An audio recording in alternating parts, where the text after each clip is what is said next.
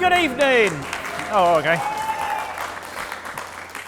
Oh boy, that's going to go straight to my head. You'll regret doing that, boy.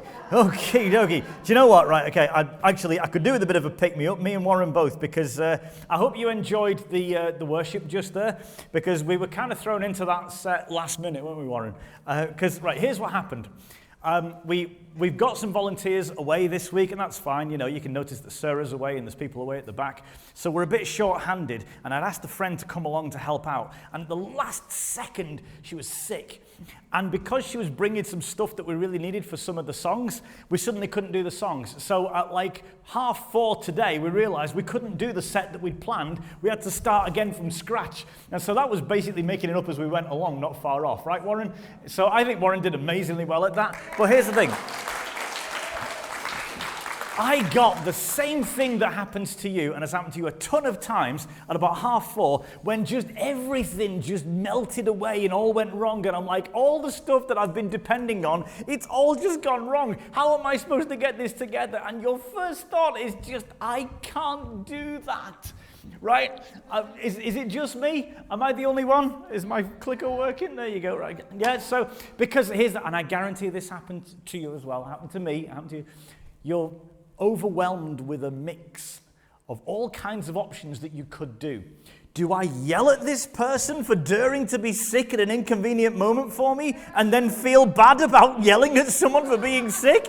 What do I do? Do I throw my glasses across the room in a rage? Which I've done before, by the way. Something went wrong when I was editing a film once that I was working on, and let's just say I used to own 2 pairs of glasses, now I just own 1. But let's not go too far down that road. But there's all kinds of stuff I could have done. All kinds of stuff. You know what it feels like, right? And you're just overwhelmed with, how do I climb this mountain? But here's the thing. We got here. We did it. And it actually wasn't nearly as bad as I thought it was going to be. It was just a bit of hard work. And sometimes that's all it is. And sometimes when you say, I can't do that, you're just kind of feeling a bit rotten. And that's okay. We can deal with that. But what about the times when you say, I can't, I absolutely can't, and you're absolutely right? Oh, what are you going to do then? Well, I think that's where we could really look at some useful advice. What do you think? I think we need to look at, yes, what to do when you just convince yourself you can't, but you can't, like the lights. I don't know what that was. Right. But what about the times when you're absolutely right? When you really, really can't, what can you possibly do? And last week we talked about what you can do when it's all falling apart. And we talked about one sentence that could provide all the freedom you need, no matter the situation that you're in. Who remembers what that phrase was? Well, I feel great. Okay. Right, okay. Here's it. Right, yeah, because it doesn't start with yes, I can. It starts with I can't what? Succeed. Yeah. I can't succeed at everything. Guys, listen, that honesty can set you free to not be perfect, which you're not. Sorry to break it to you. I know, right? But we need to honestly realize sometimes, no, I'm not perfect. No, I can't really do everything. And that relieves you of all the pressure to be able to do the impossible. But it also lets you take your eyes off what you can't do because you've stopped obsessing over it. And now you can go from looking at what you can't do to what you can. Because that's not the end of the sentence, is it? No, no, no. This series is not no, I can't. It's right. This side of the room's winning. You were a bit slow there. Front row, you're useless. Okay? Guys, there's a cost to being on the front row, okay? And yeah, okay, don't make me get the water pistols out because I will. Right, those that have been here a while know he really will get water pistols out. Anyway, right, let's get on. Right, that's not the end of the sentence. No, I can't succeed at everything, but yes, I can believe. No matter what I'm facing, no matter how genuinely impossible that giant is, I can still believe that behind it, there's something good. And I'm not going to let what I can see blind my vision to what I can't. So you got to believe in better before you can see it. Yeah. How's that sound? Because when you do that, that impossible giant, even if it really is impossible, loses the power to paralyze you and put you in place and make you obsess on what you lack. Yeah. Except, I lack some things. Okay, I can't win that way. what can I do? All with it so far? Okay, two people. You're not learning this lesson, are you? Right, okay, so, right, now then, here's the thing. I believe that there's some really great lessons in the Bible. Now, you might not believe the same as me, and that's okay. You're welcome here. Everybody's welcome.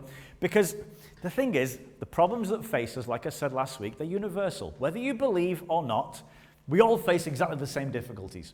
But the solutions are also universal, so they apply to all of us. And it just so happens that the best lessons are found in the Bible. Hooray!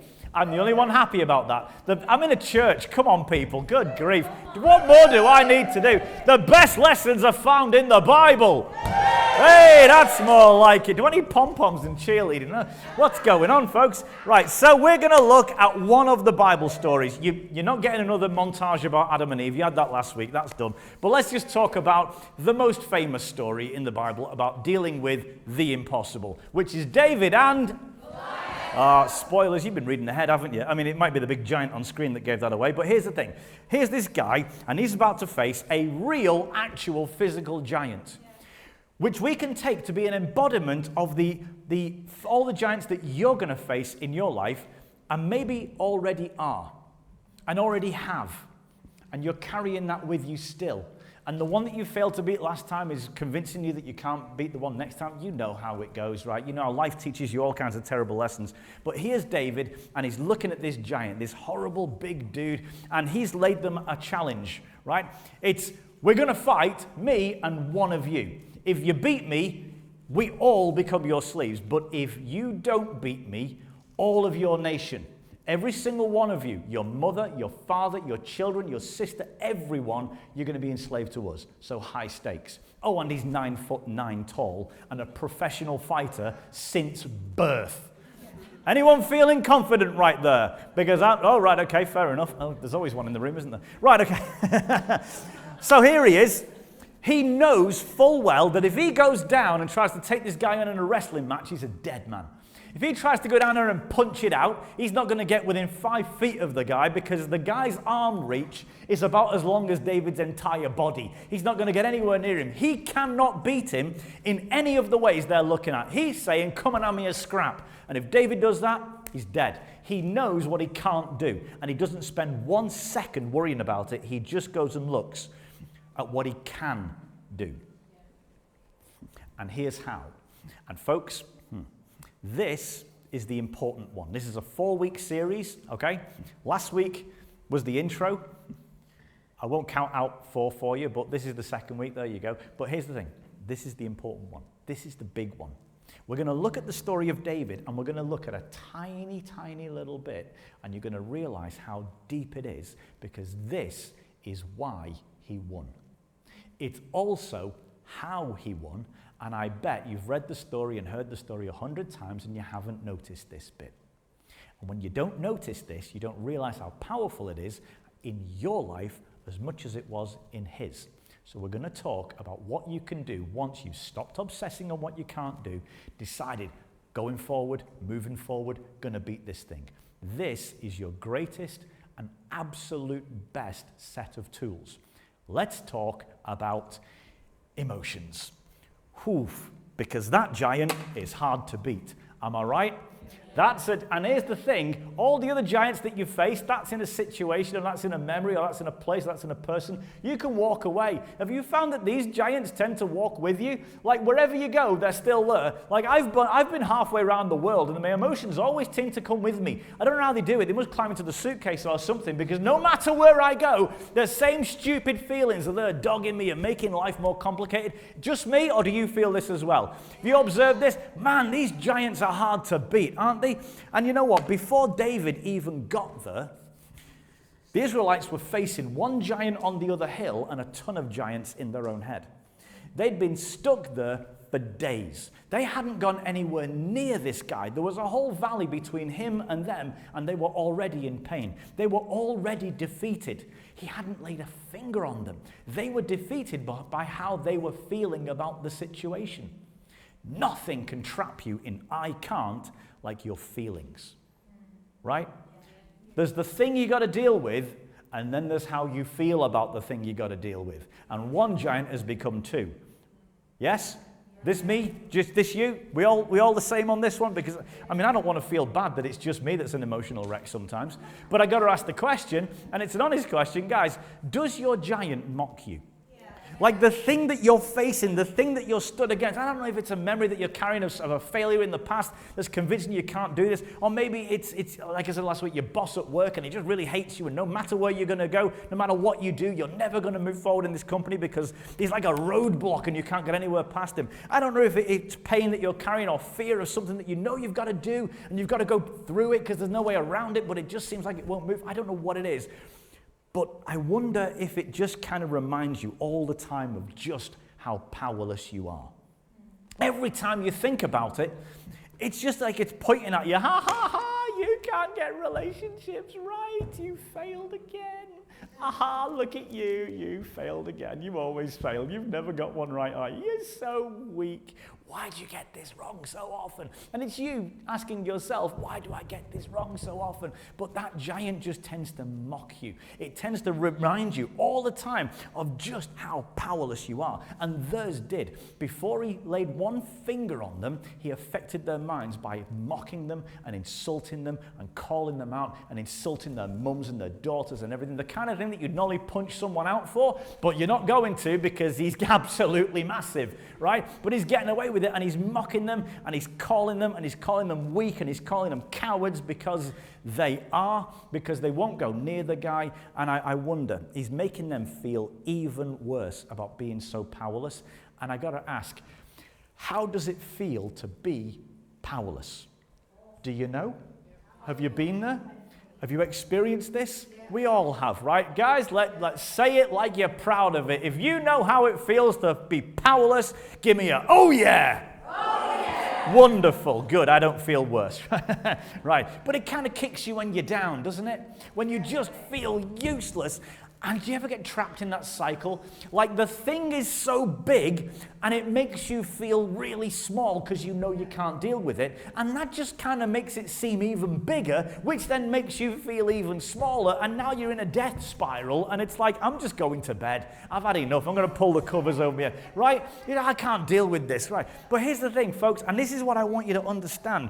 You have, and we'll get there.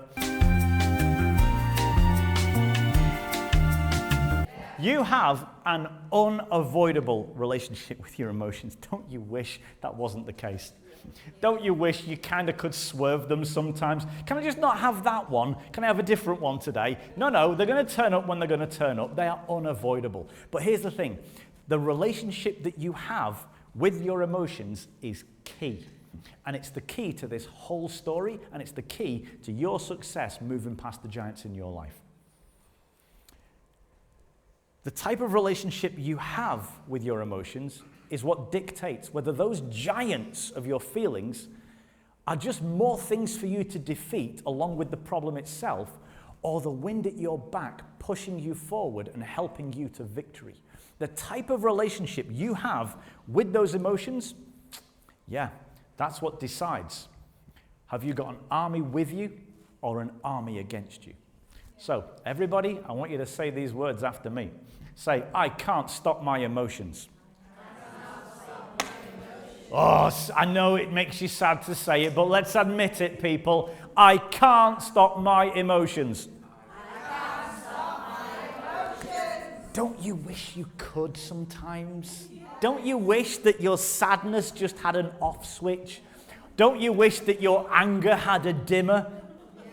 I'm listening for the guilty laugh there. That's the one to avoid. Okay, give them a bit of room there. Okay, they need a wide berth. Yeah, but here's the thing. Nothing can trap you in I can't like your emotions. And the problem is they're unavoidable. But that's not the end of the sentence. Because no, I can't stop my emotions. But everybody say after me, yes, I can make friends with them. Oh, you need to be able to. And you honestly, if there's one thing that you can take from this whole thing, this whole series, it's this. Trust me, this is life transforming when you get on top of this. This is why David won. He was friends with his emotions, and the Israelites weren't. Let me show you.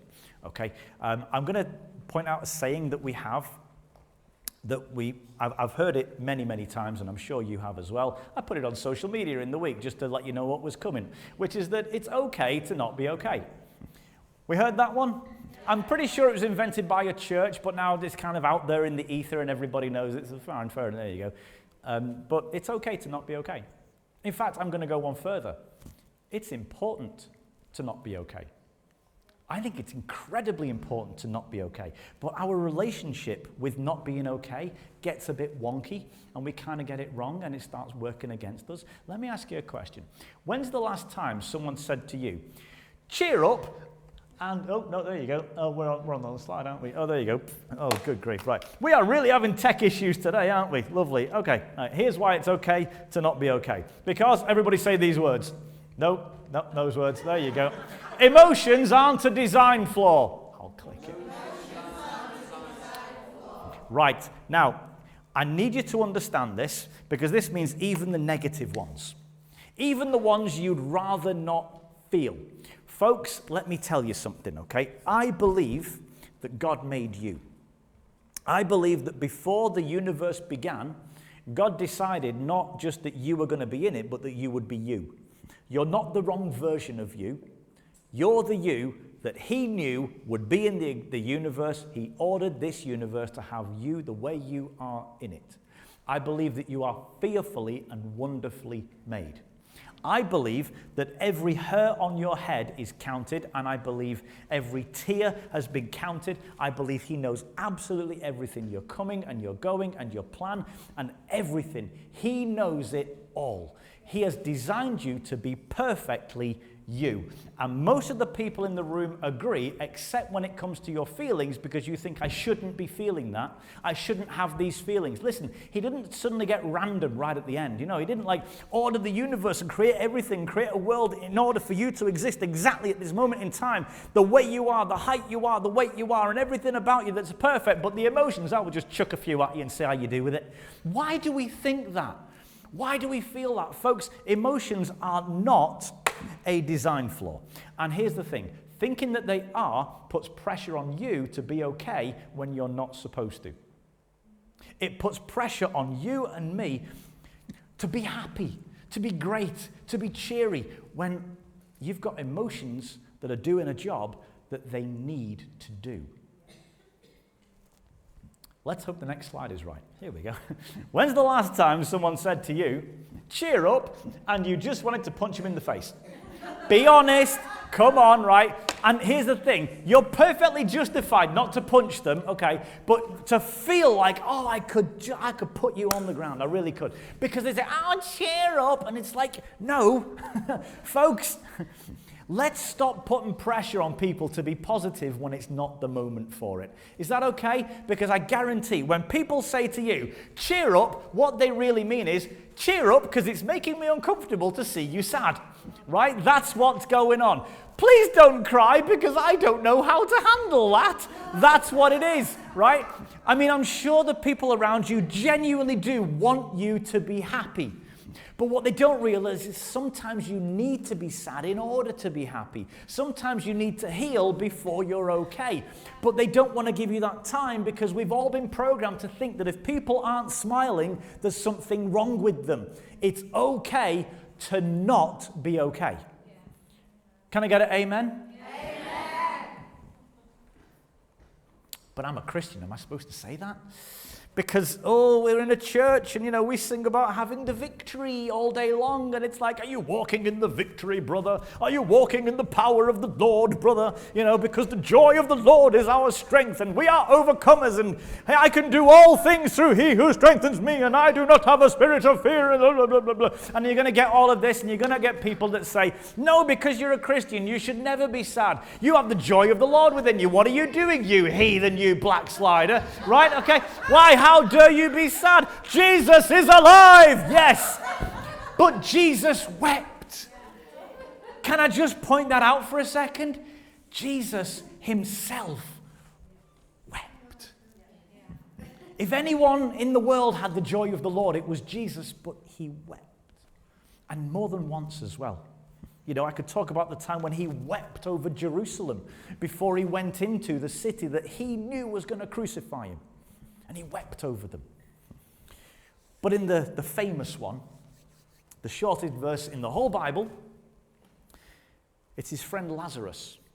And he's there and he's doing his stuff, and people come over and say, Jesus, Lord, your friend Lazarus is dying, you got to come. And he says, I'll be there in a bit. And he does, he gets there eventually, and now Lazarus has been dead for days. So clearly Jesus was not in a rush. He went from sick to died days ago. Like, okay, Jesus was having a party and he didn't want to stop. That's okay. He was full of the joy of the Lord. Wonderful. But by the time he got there, the guy was dead. And Jesus wept. Do we think he wept because he thought, if only I'd gotten here sooner? Do you think he wept because he'd forgotten that he was Jesus and he could raise him from the dead? I wonder if he'd already decided that he was going to raise him from the dead, and that's why he didn't rush to get there, because it didn't matter if he was dead or not. He's only dead when Jesus says he's dead. I don't know what was going through Jesus' mind. None of us do, but we do know that he wept. And maybe it's because there was all these people who loved Lazarus like Jesus did, so maybe Jesus knew them and maybe Jesus loved them as well, and they're in mourning and they're sad, and maybe he wanted to mourn with them. Maybe he just wanted to join them in their pain rather than show them that it was all for nothing. Yeah. Maybe he loved Lazarus and he just thought Lazarus was worth some tears. Lazarus had enough value in him that his loss and the loss that he had from all the people around him was heavy. And that's okay. It's okay to be burdened by loss. Maybe he was saying something about Lazarus. Or maybe he was saying something to you. That emotions are not a design flaw. You're designed to feel them. All of them. So how come they're so often your enemy? How come they so often work against you and are bigger than the problem itself?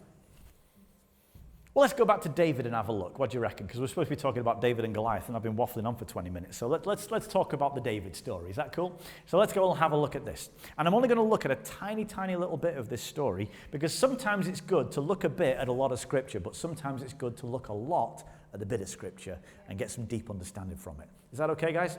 So here's the thing. It says, on hearing the Philistines' words, Saul and all the Israelites were what? Dismayed. And what? Terrified. They were emotional. And they were emotional. And they were not good emotions, so we would say. But I just said it's okay to be emotional. It's okay to be dismayed. It's okay to be terrified. Sort of. See, they got emotional, but so did David.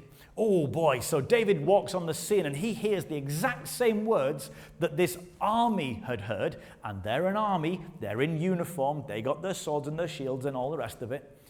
And this boy walks onto the scene and he shouts, "Who is this uncircumcised Philistine?" I mean, that's some bloke terminology right there, isn't it? Who is this soft lad? What are you doing, eh? I'll slap you. You know, you can hear it coming out of him, can't you? And just so that we are aware, okay, in case you weren't here last week, David was so small, so young, he wasn't even considered worthy to be in the army. So he was way underqualified for this. He just delivered some food to his brothers, and then he had to report back to his dad that his brothers weren't dead yet. That was his job. He was just Uber Eats. He just turned up to give him a snack, and he's walking back. He had no business being there, let alone hearing the words of this giant. And yet, the same words that have all the rest of them knocking their knees and hiding behind their shields has David walking out there and saying, "Who is this uncircumcised Philistine?" And translation, circumcision is what the Jews would do as a sign of the covenant with God, that they are God's chosen people. So if you're uncircumcised, you're not God's chosen people. And Philistine is not a compliment here, you know. There you go. So basically David walks on and he's like, "Who is this dirty foreign scum?" So And that's basically what he's saying. And it's like, David the UKIP king, you know. David is going to run for Brexit after this. Make Israel great again. I don't know. But yeah, I mean, he has no time. He has no time whatever for this Philistine, all the stuff that he's coming out with. And he has absolutely no problem taking him on. Well, there are the Israelites. They're feeling weak. They're feeling pitiful. They're feeling sad. And you got David in the exact same situation, feeling enraged, feeling angry. Have you ever angered yourself into trouble?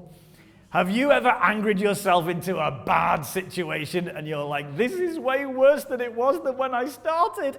Have you ever gone in there and something's just gotten you so enraged and all over the place that you go fee-fi-fo-fumming all over the place? How dare you? I'm going to smack you. I'm going to... And by the time you're into it, you're so boom in there, trampling over all your friends and your loved ones, and you've hurt everybody. And by the time you've calmed down, you're like, I have made a terrible mistake, but I don't know what to do with myself right now. Right? And you get really embarrassed and you can't step it back because you've committed now, right? We've all done this. Come on, everyone in this room, you've angered yourself into a ton of trouble, haven't you? Come on, because you know why? No, I can't stop my emotions. You can't stop it. Things are going to make you angry. Oh boy, and that's okay. That's okay, because in this case, no anger, no story. That's it. If David hadn't gotten angry, if he hadn't flown into a rage and started shouting his mouth off, nothing would have moved him into action. He'd have been as afraid of the rest as the rest of them. But his anger overrode his fear and pushed him into action. Even the negative emotions, they have a job to do. He got angry, but folks, anger makes a great engine, but terrible steering. Anger will move you. It will get you off the couch and into the game. But when you make decisions in your anger, oh dear, that's when it all goes wrong, right? Anger is a great motivator, but it's a terrible decision maker. And in a rage, David could have done what we've all done so many times and what all blokes tend to do when someone's giving you lip and they're insulting you. Hey, what lad? What you saying? You? What you talking about? You? Hey, what lad? Hey, no, like this. Because obviously David was a scouser, you know, man after God's own heart and all that, you know. Yeah. He could have gone running down the hill. How dare you? How dare you? Pfft, dead. He could have. Like we've all done many times, his rage could have took him headlong into a stupid situation. But instead, it just pushed him into one stupid thing, taking on a giant in combat. That's stupid. I don't care who you are, that's a dumb decision. But his anger pushed him into action, but it didn't have any control on him from then on. He used it wisely. He made friends with his anger, used it for what it was supposed to be used for, and nothing else. So, I can't stop my emotions, but yes, I can make friends with them. Let me ask you, in your relationship with your emotions, who's in charge? Who's pushing whose buttons here? Who's got the whip hand, I wonder? Because, guys, I can't stop my emotions. They're not going away. You can't ignore them or hope they're not there or wish they're not there. They're there. And they're a part of you and they're designed to be. And that's okay. You're designed to feel. But who's in control? Because sadness, I can process things in a way that nothing else can. Anger can change things in a way that nothing else can. If you make friends with them, they fight for you, not against you.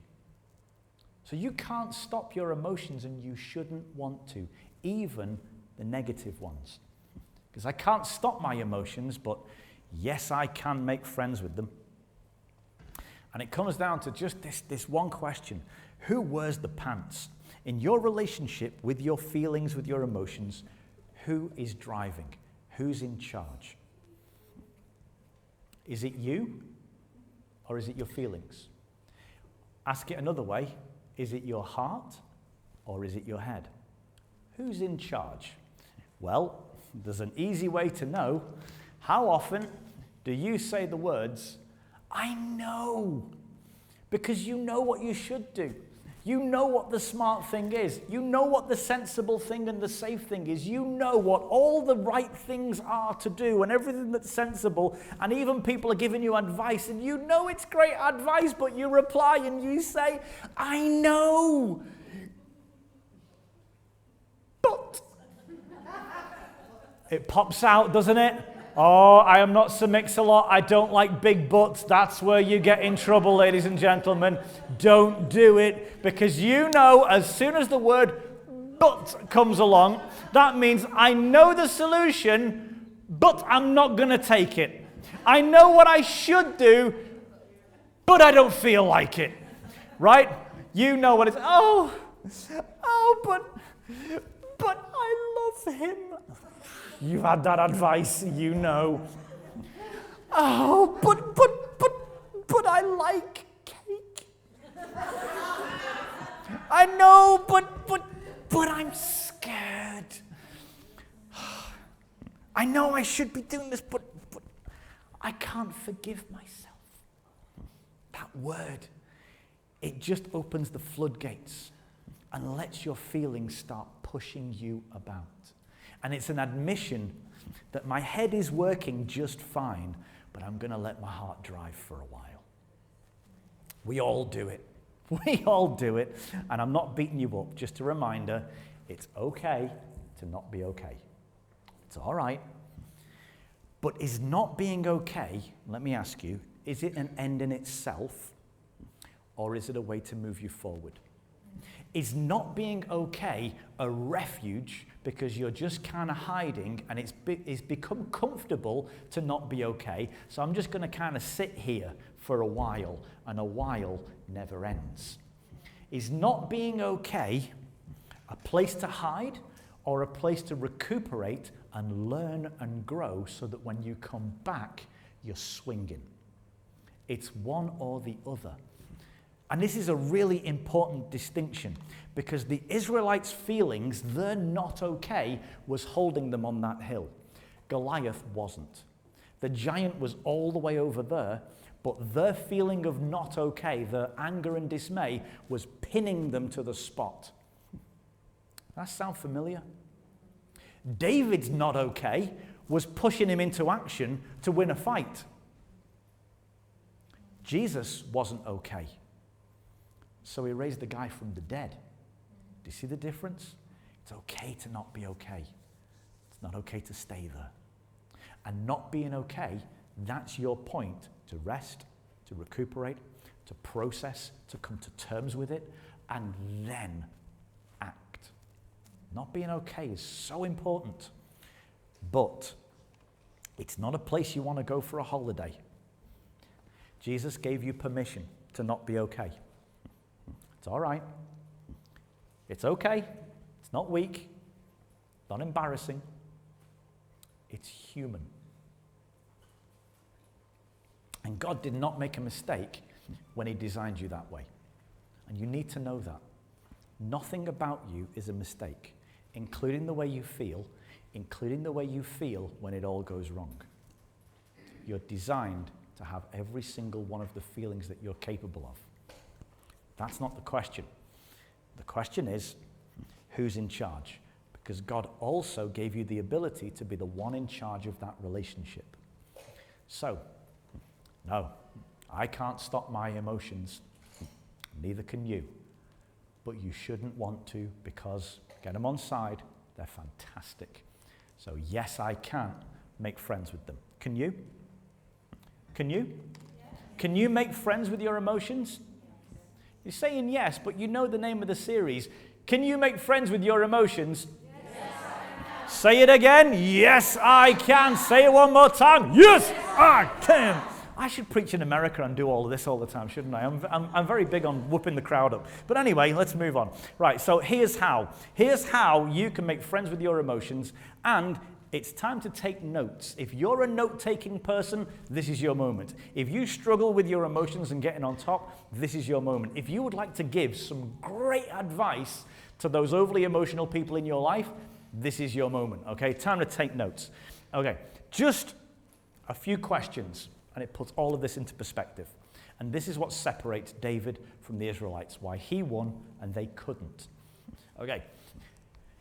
Your feelings are necessary. We've established that. And denying them the role that they're designed to play means that they can't heal you in the way they're supposed to.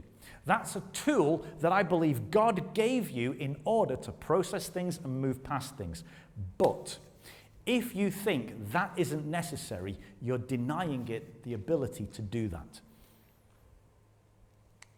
So the question then is, your feelings are necessary for what? And it's very, very specific. Because if you don't know what all of your feelings or your emotions are supposed to do, then they're like unsupervised children running around the house making a mess of things. But if you can keep an eye on them and be in charge, you suddenly find that they start working for you. And that's a really important thing. So here's two questions, just two questions to put you in charge, which is this. What is this emotion for? And then, what is this emotion not for? Is anybody lost so far?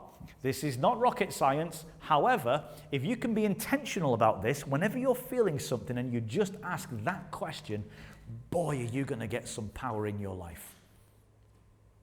Because every single one of your feelings has a specific role, and you just ask, how is this feeling helping me? How is this feeling going to benefit me? How does feeling like this help me?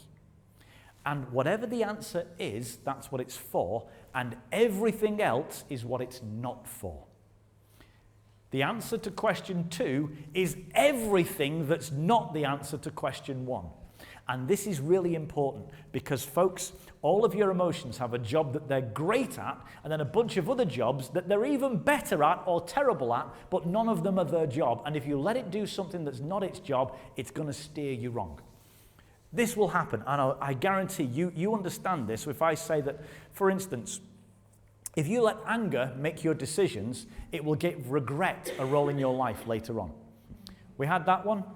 We know what that feels like, right? Desire, fantastic, necessary for choosing a partner. Not so good for choosing a dessert, right? They all have a role and it's really important. So let's just look at some specifics, okay? So anger moves you, but it can't heal you. Now, this one seems obvious, right?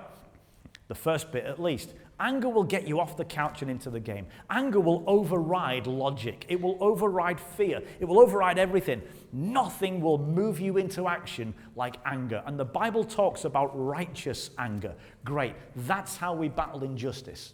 That's how we change unfair situations. That's how we make big changes in our life that need to be made. We got angry and it got us off the couch. Brilliant.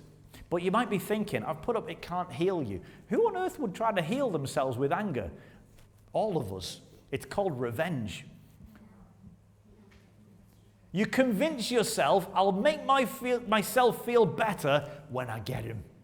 Right? When I make them sorry for what they did, that'll heal me. Right? And does it work? Does it, Eckers? Not a chance. Because there's one of 3 outcomes. If you try to make yourself feel better by taking them down and getting back at them, there's one of 3 things that will happen. Either A, nothing at all.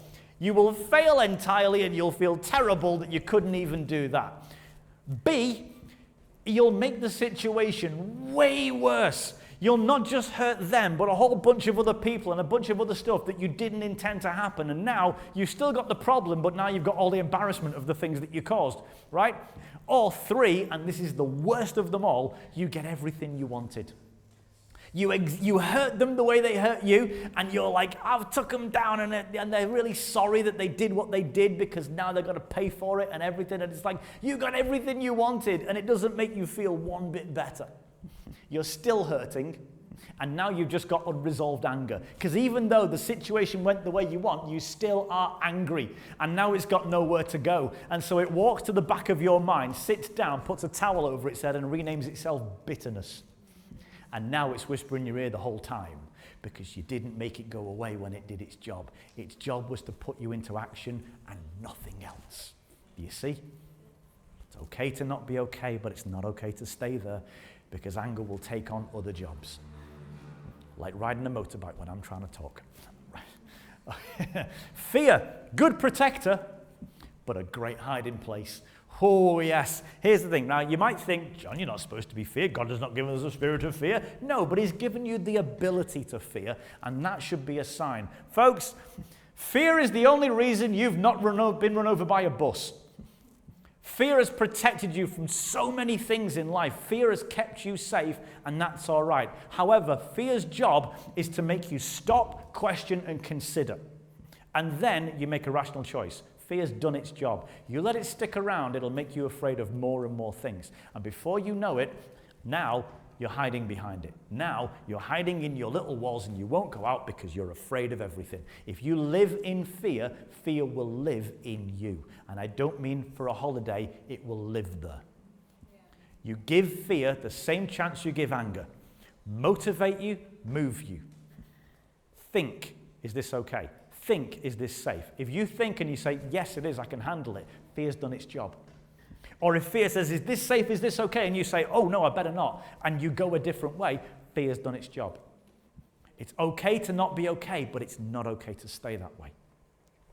So I'm just going to ask, before I move on, is this stuff that you've been carrying, are you still holding on to some fear about something? Because if so, it's poisoning you. You've given it space to do something that is not its job.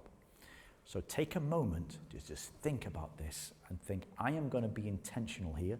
I'm going to decide to let go of that fear. Are you carrying bitterness now? About something that made you angry. And you know what? Maybe it should have made you angry. Maybe it's absolutely right to be enraged about this because what they did was unforgivable. But even so, anger's job is to push you to change the situation. It's not there to make the decisions. And if you've gotten angry and you haven't resolved the situation, you need to put the anger away because it will become bitterness, and that bitterness will poison you, not the person who made you angry. Someone once said, this is like drinking poison and hoping it kills them. No, it's killing you. So if you're carrying bitterness right now, it's time to let go. Anger should last for a moment. Fear should last for a moment. Let it do its job, and then put it back in the box. It's got you thinking, great. Put it away. Let's move on. Oh, we'll get there. And remorse. Oof, remorse is a great teacher. Oh, it's an even better punisher. Now, again, it's one of those things that you think, should I be talking about remorse, about feeling bad, about beating yourself up? No, that's not what remorse does. Its job, well, it does, but it shouldn't. It's not remorse's job to beat you up. And so I'm just going to throw this out there. You ever think back to something that you wish you hadn't done? Just me. Have you got something in your life and you wish you hadn't done that? Good. Remorse has done its job. Put it away. That's it. Remorse's only job is to bring you to the realization, I shouldn't have done that. Right, I realize I shouldn't have done it now. Put it away. Because if you let it stick about, it's going to start beating you up for what you shouldn't have done. Do you remember that thing that you shouldn't have done? Do you remember that? That was terrible, wasn't it? Beats you up all the time. And this will now start impacting and poisoning and affecting all of your future decisions because now you're making decisions out of fear. Yeah. It's this simple. I shouldn't have done that. I won't do it again. Done. I shouldn't have hurt them. I'll go and apologize. Done. These things are not supposed to live in that place. They're supposed to do their job and be done. You just got to know what that job is. And more importantly, what it isn't. Because these things will sit there doing things that is not in your interest. All feelings that you're supposed to feel, they will run amok if you let them. Let's move on. Grief, good outlet, bad decision maker. Oh boy. We all know what it's like to make decisions in grief, right? But that's not its job. Like the others, this is supposed to be here temporarily to do its job and move on. You know, I love funerals, not like that, but like, okay. I'll say that one again. Okay. I've been in ministry one form or another for many years now, like years and years, and I've done a lot of funerals, like playing or speaking or whatever. And I've learned that the first thing I tell someone when they first bereaved or they lose someone, and I'll say, now is the time for grief, but the funeral's coming, and trust me, have hope, it's going to help.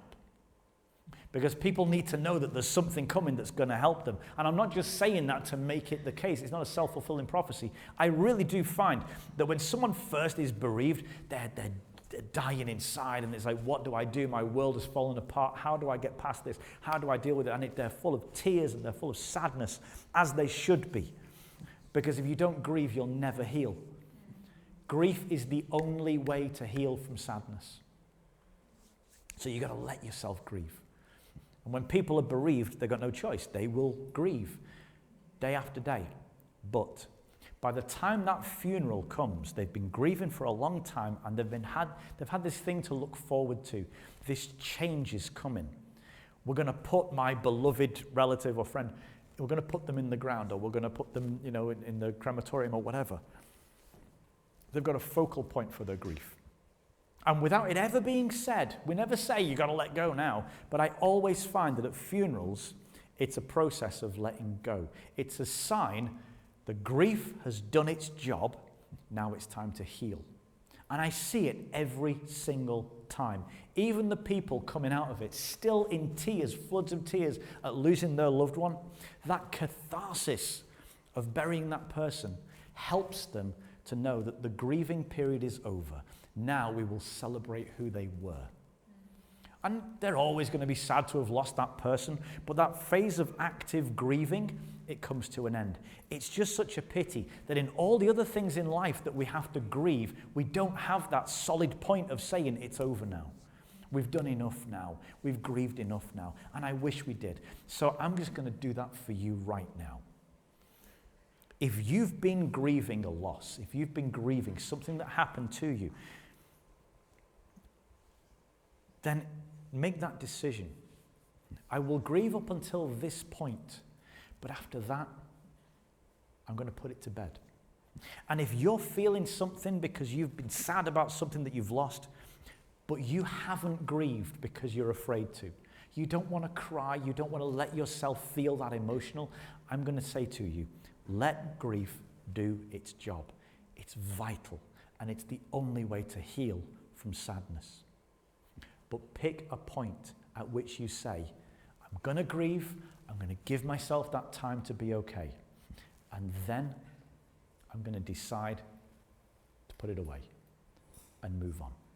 It doesn't disrespect the ones that you lost. It doesn't disrespect what happened. I got a friend who's been grieving his granddad for over a decade now. I said, can't get over it, can't get used to it. And I keep telling him, I said, but your granddad wouldn't want you to live the rest of your life crying over him. You're not honoring him in doing that.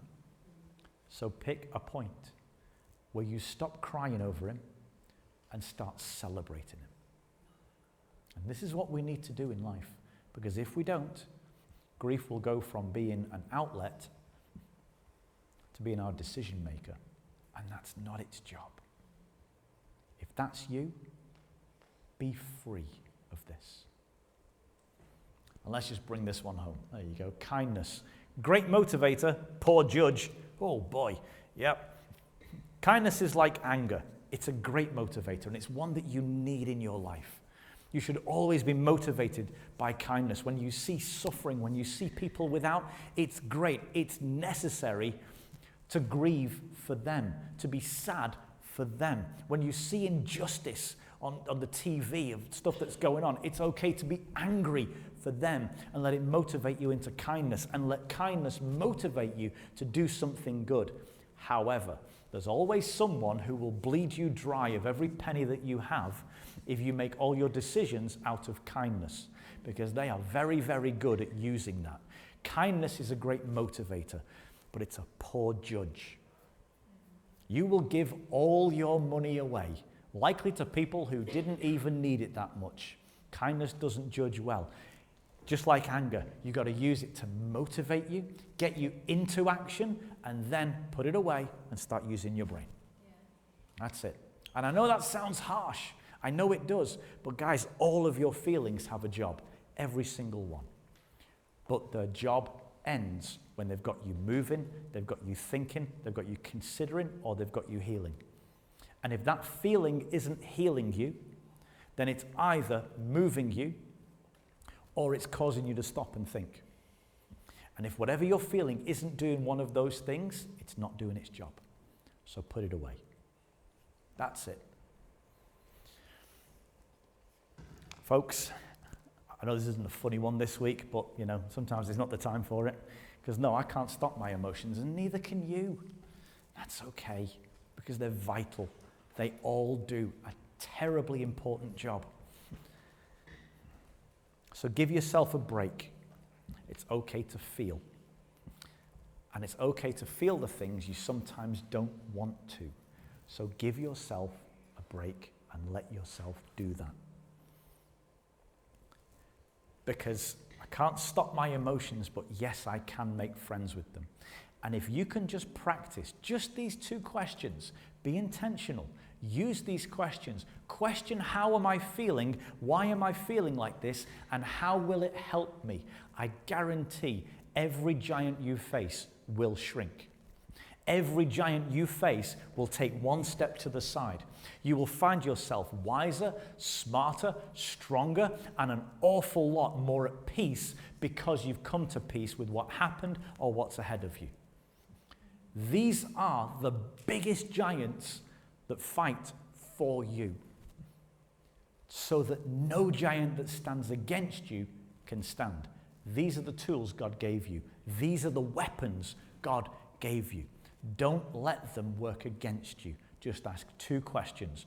What is this feeling for? How are you helping me? Everything else is not your job. Don't. I can't stop my emotions. But yes, I can make friends with them. And so can you. And I advise you to do that. If I can give you one lesson of this whole thing, just this one thing. The Israelites had feelings and they controlled them. David had a feeling and he used it. Jesus had a feeling and he used it. And shall we not forget that God himself did everything because he's motivated by his love for you. Use your feelings. They're your best friends. But there's one that needs a bit more of a conversation. Because anger is why David won. It threw him into battle. But it isn't how he won. That's a different one entirely. That's the one that you face probably more than any other, and this is the one that's the scariest giant of them all and the hardest one to beat. I'm talking about fear. We all know what that one feels like, right? In fact, maybe even talking about do this with your emotions, you're like, well, what if I can't? What if it goes wrong? Fear's already in there, isn't it? Yeah, fear is an absolute pain in the backside, and it's the first one to pop up when things are going wrong, right? But here's the thing. Without it, David would not have won. His anger is why he won, but his fear is how he won.